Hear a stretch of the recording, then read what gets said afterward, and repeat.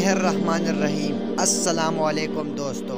ایک شخص حضرت محمد صلی اللہ علیہ وآلہ وسلم کی خدمت میں حاضر ہوا اور غرض کرنے لگا، یا رسول اللہ، وہ کون سا بدترین عمل ہے جو روزے میں کرنے سے اللہ سب سے زیادہ ناراض ہوتا ہے؟